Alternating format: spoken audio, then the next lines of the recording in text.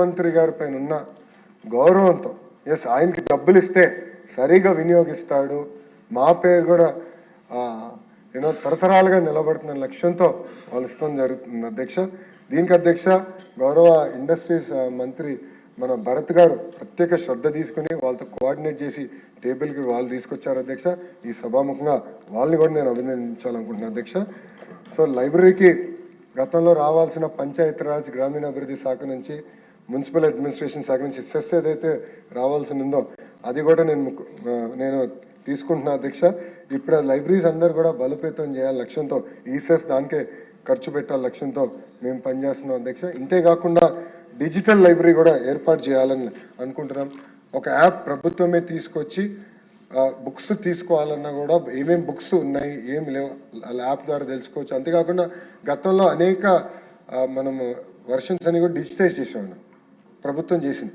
అది కూడా ఈ యాప్ ద్వారా పిల్లలకి అందించాల లక్ష్యంతో ఉన్నామని గౌరవ సభ్యులందరూ కూడా నేను తెలియజేస్తున్నాను అధ్యక్ష.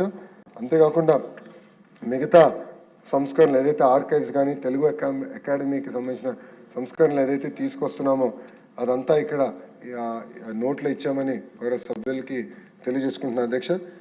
అధ్యక్ష ఇది ఒక పవిత్రమైన బాధ్యత, ఎందుకంటే ఎక్కువ మందికి రాని అవకాశం నాకు ఇచ్చారు గౌరవ ముఖ్యమంత్రి గారు, గౌరవ ఉప ముఖ్యమంత్రి గారు. ఒక బాధ్యతగా నేను నిర్వహిస్తున్నా. సభ్యులందరూ తెలుసు, ఏ ఇష్యూ ఉన్నా మీరు నాకు వాట్సాప్ మెసేజ్ పెడితే ఎట్లా స్పందిస్తానో ఎట్లా పరిష్కరిస్తానో.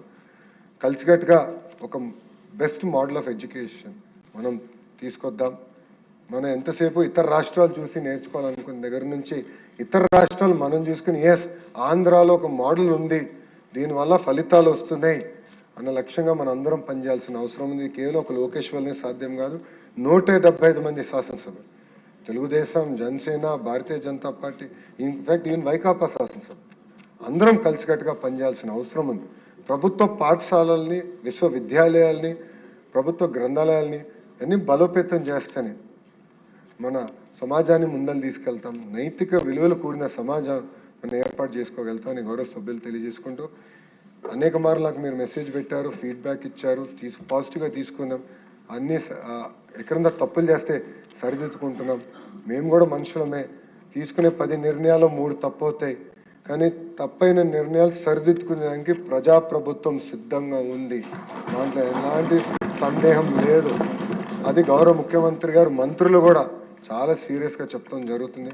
అదే స్పిరిట్తో మేము పనిచేస్తాం. ఆంధ్ర మోడల్ ఆఫ్ ఎడ్యుకేషన్ ప్రపంచానికి చూపించాల్సిన బాధ్యత మన అందరిపైన ఉందని గౌరవ సభ్యులందరికీ తెలియజేసుకుంటూ మీ సహకారం నాకు ఉంటుందని ఈ సభాముఖంగా నేను కోరుకుంటూ, ఇప్పుడే మా సెక్రటరీ గారు ఒక నోట్ పంపించారు అధ్యక్ష. ఎందుకు నవ్వుతున్నారంటే ఇప్పటికీ కొన్ని రాష్ట్రాలు ఆంధ్ర రాష్ట్రానికి వచ్చి చూస్తున్నారు అధ్యక్ష. ఎందుకంటే ప్రత్యేకంగా ధర్మేంద్ర ప్రధాన్ గారే చెప్తున్నారు, ఆంధ్ర రాష్ట్రంలో సంస్కరణలు తీసుకొచ్చారు, 1 క్లాస్ 1 టీచర్ బాగా చేస్తున్నారు, మీరు వెళ్ళి చూడండి అని చెప్తున్నారు. ఇతర రాష్ట్రాలు ఇప్పటికీ 2 రాష్ట్రాల నుంచి వచ్చారు అధ్యక్ష, మిగతా రాష్ట్రాలు కూడా వస్తున్నారు. మా అధికారులు కూడా నేను చెప్పేది ఒకటే, ఇతర రాష్ట్రాలే కాదు ఇతర దేశాల నుంచి ఎడ్యుకేషన్ డిపార్ట్మెంట్లో వచ్చి ఎస్ ఆంధ్ర రాష్ట్రంలో బాగా చేస్తున్నారని చూసి ఇక్కడ మనం ఏదైతే అమలు చేస్తున్నామో వాళ్ళు అమలు చేస్తే ఆ రోజు తగిన న్యాయం చేసిన వారు అవుతామని మా అధికారులు కూడా, ఎందుకంటే గ్యాలరీలో వాళ్ళు కూడా ఉన్నారు, వాళ్ళు కూడా నేను తెలియజేస్తున్నా. ఒక కమిట్మెంట్, ఒక ప్యాషన్తో మేము అందరం పనిచేస్తున్నాం ఇక్కడ. నేను కూడా మా టీంని పదే మోటివేట్ చేస్తాను. ఇదేదో 9 to 5 ఉద్యోగం కాదు, ఇదో కమిట్మెంట్, ఒక ప్యాషన్గా ప్రభుత్వ విద్యను మనం బలోపేతం చేయాలి. మనం ఆశించిన మార్పులు ఏదైతే మన పిల్లలకి మనం ఆశిస్తామో అది అందరు పిల్లలకి తీసుకురావాల్సిన బాధ్యత ఉందని మేము ఎప్పుడూ చర్చిస్తాం అధ్యక్ష. మా అధికారులు కూడా ఒకటే చెప్పాను అధ్యక్ష, ఏదో ఇది రొటీన్ మ్యాటర్, ఏదో రొటీన్ ఫైల్గా ఆలోచించదు. ఒక మన సొంత బిడ్డ అక్కడ ఉంటే ఎలా స్పందిస్తామో అలా స్పందించాలి. ఎందుకంటే ఆంధ్ర రాష్ట్రంలో చదువుతున్న ప్రతి బిడ్డ మన సొంత బిడ్డ.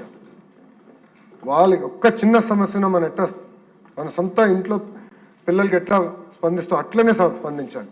ఏ చిన్న ఇష్యూ కాదు, ఏ ఇష్యూ అయినా చిన్నదైనా పెద్దదైనా సీరియస్గా తీసుకోవాలని నేను చాలా స్పష్టంగా మా డిపార్ట్మెంట్ కూడా నేను చెప్తాం జరిగినది అధ్యక్ష. గౌరవ సభ్యులు కూడా తెలియజేస్తున్నాం, ప్యాషన్తో మేము పనిచేస్తున్నాం. కానీ నేను తీసుకున్న అన్ని నిర్ణయాలు కరెక్ట్ అని నేను అన్ను. ఏమైనా ఫీడ్బ్యాక్ ఉంటే ఇవ్వండి, కరెక్ట్ చేస్తాం. ప్రజల దగ్గర నుంచి కూడా టైం టు టైం ఎక్స్ ద్వారా, ఫేస్బుక్ ద్వారా, ఇన్స్టాగ్రామ్ ద్వారా ఏకంగా నాకే వాట్సాప్ పెడతారు, ఉపాధ్యాయులు కూడా వాట్సాప్ పెడతారు. వాళ్ళ ఫీడ్బ్యాక్ కూడా తీసుకుంటున్నాం. ఏమంటే టైం టు టైం మేము కరెక్ట్ చేస్తున్నాం. కానీ అందరిని కోరేది ఒక్కటే, మీ అందరి సహకారం అవసరం, ఉపాధ్యాయుల సహకారం అవసరం, తల్లిదండ్రుల సహకారం అవసరం, పిల్లల సహకారం అవసరం, ప్రజాప్రతినిధుల సహకారం అవసరం. ఎందుకంటే మనందరం కలిసికట్టుగా పనిచేస్తే